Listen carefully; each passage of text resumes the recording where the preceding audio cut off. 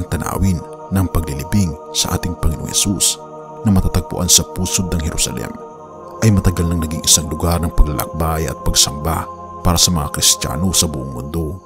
Ito ay nagdudulot ng kakaibang pagtitiwala sa libu-libong mga mananampalataya na naghahanap ng koneksyon sa buhay at ng mga aral ng ating Panginoong Kristo.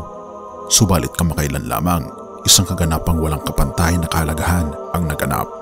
Ang pagbubukas muli ng libingan ng ating Panginoong Hesus at ang mga nakalubog na kasamahan nito sa mga sagradong pader daw na ito na nag-iwan sa mundo ng lubos na pagkagulat.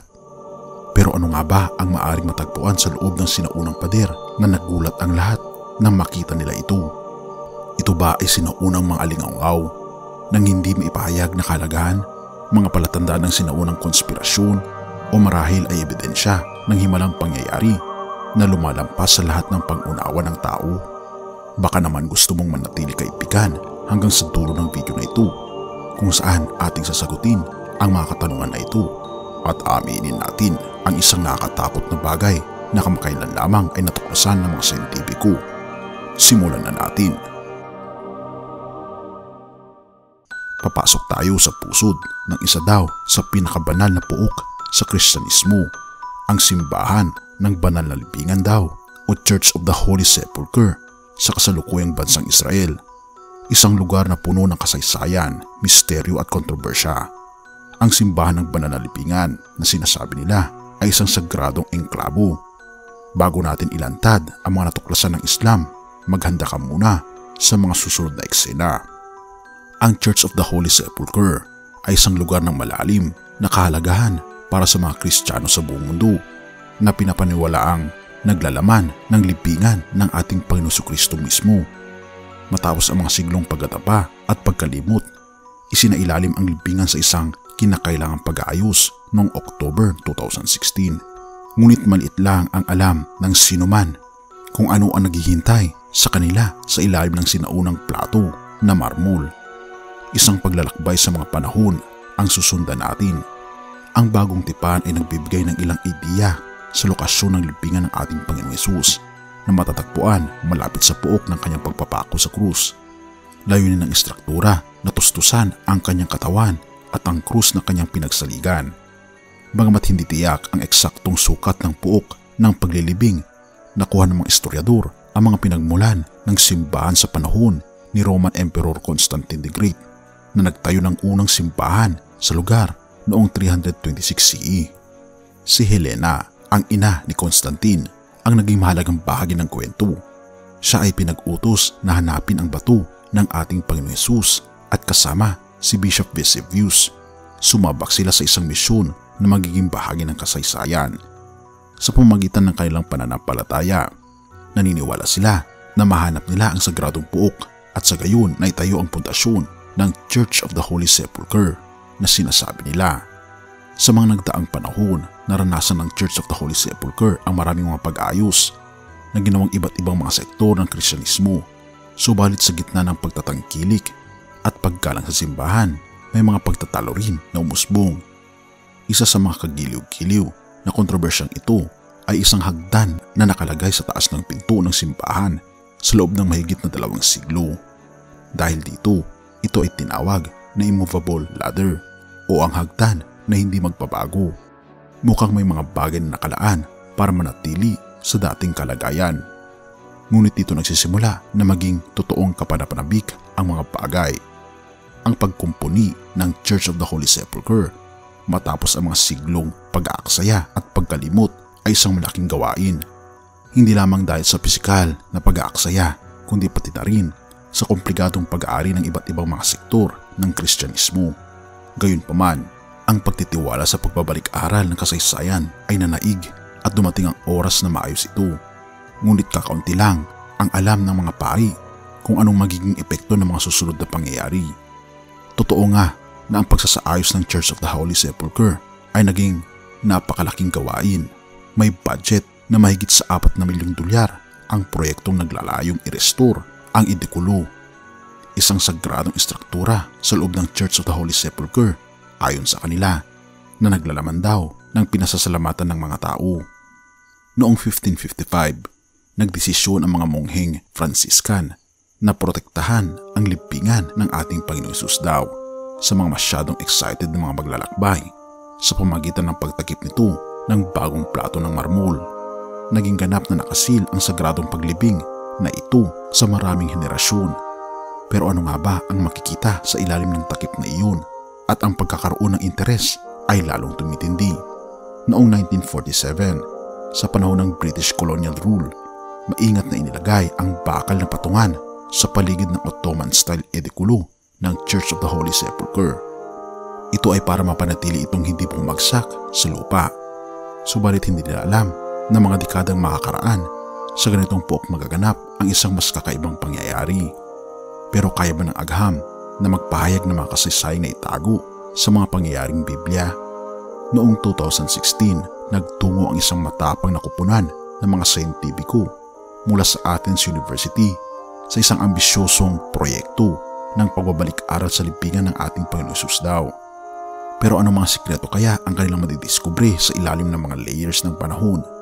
Ang $1,000,000 na tanong ay ito, tunay bang ang kasalukuyan ng libingan sa Church of the Holy Sepulchre ay huling puok ng kapahingahan ng ating Panginoong Hesus laban sa mga digmaan at mga kalamidad sa paglipas ng mga siglo? Ang mga historiador ay naging mapanlambot na tungkol sa kapanipaniwalang katunayan ng puok na ito, kung saan tanging ang pisikal na ebidensya ng ilang Roman crucifixions mula sa panahon ng ating Panginoong Hesus ang naroroon. May mga pag-aalinlangan kung ito nga ba ang sagradong puok na itinuturing ng maraming tao. At dito nagsisimula ang mga bagay na totoong kamangha-mangha. Kaya dapat mo itong pakinggan na maingat, kaibigan. Sa pamagitan ng teknolohiya, nagsagawa ang kupunan noong 2016 ng isang misyon upang alamin kung ano ang nakatago sa ilalim ng sagradong lupain. Napakaraming mga komplikadong kasaysayan ang bumabalo sa puok na ito.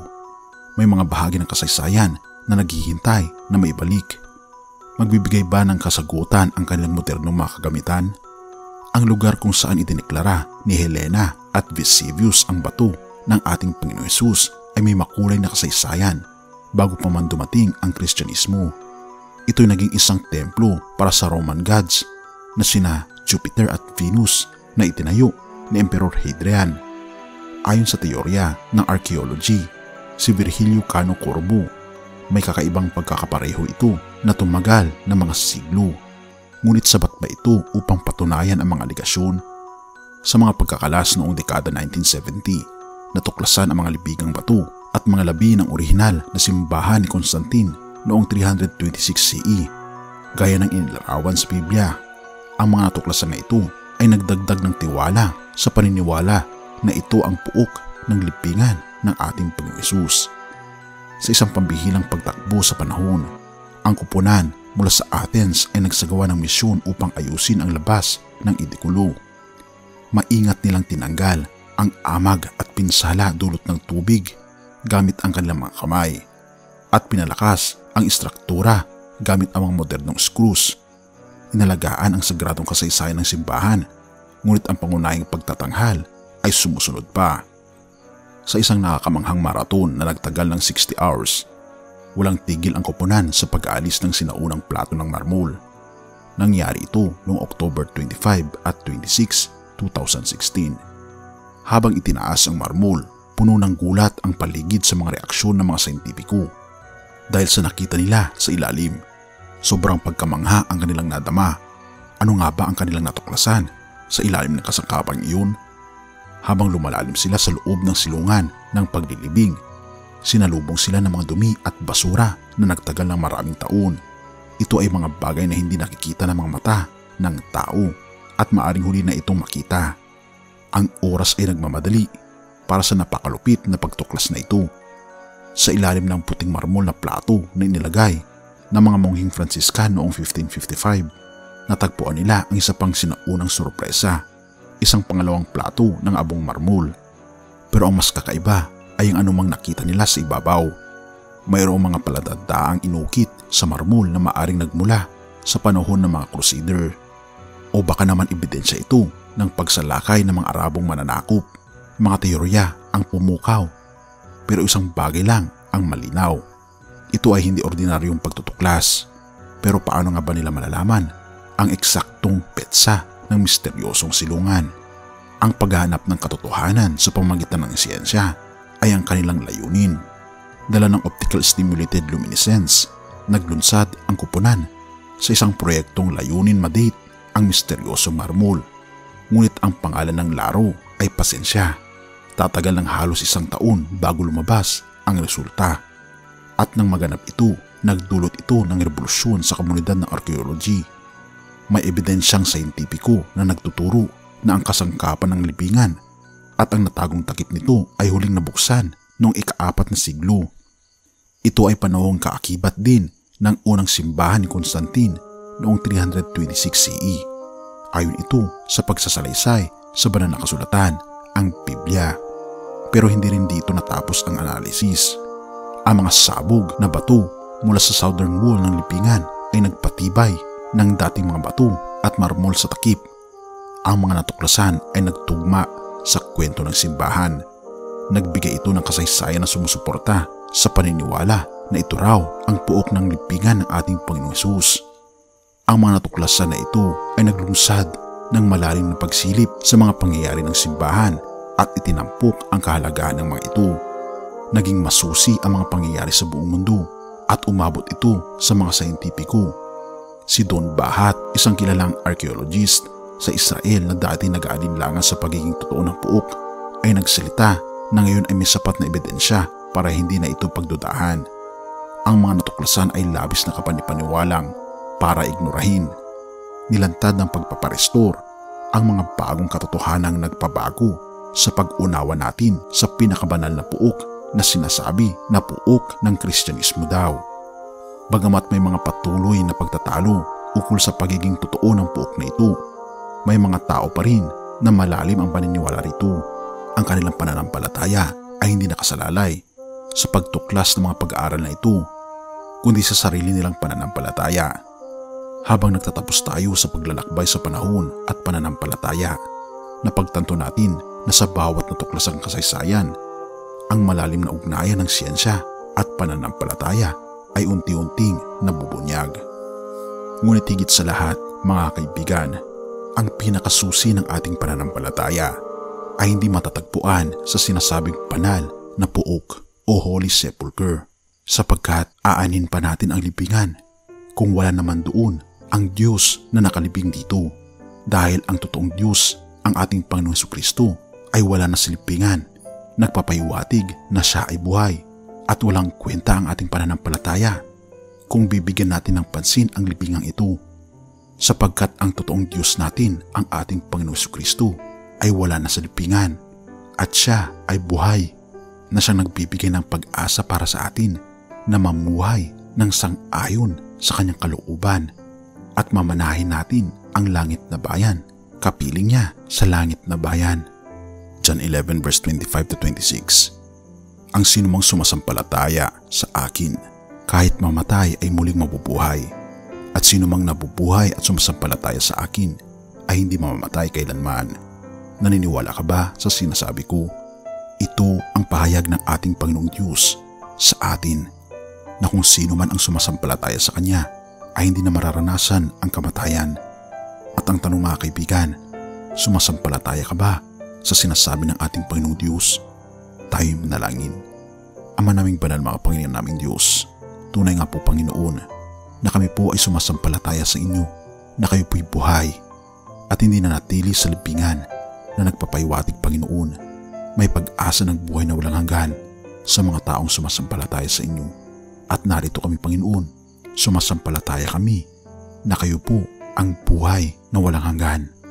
Purihin ka, o aming Panginoong Diyos, at tulungan kami maging karapat-dapat sa inyong paanan. Patawarin po kami sa lahat ng aming pagkukulang at pagkakasala, pagkat ito'y aming samot hiling sa matamis na pangalan ng aming Panginoong Hesus. Amen.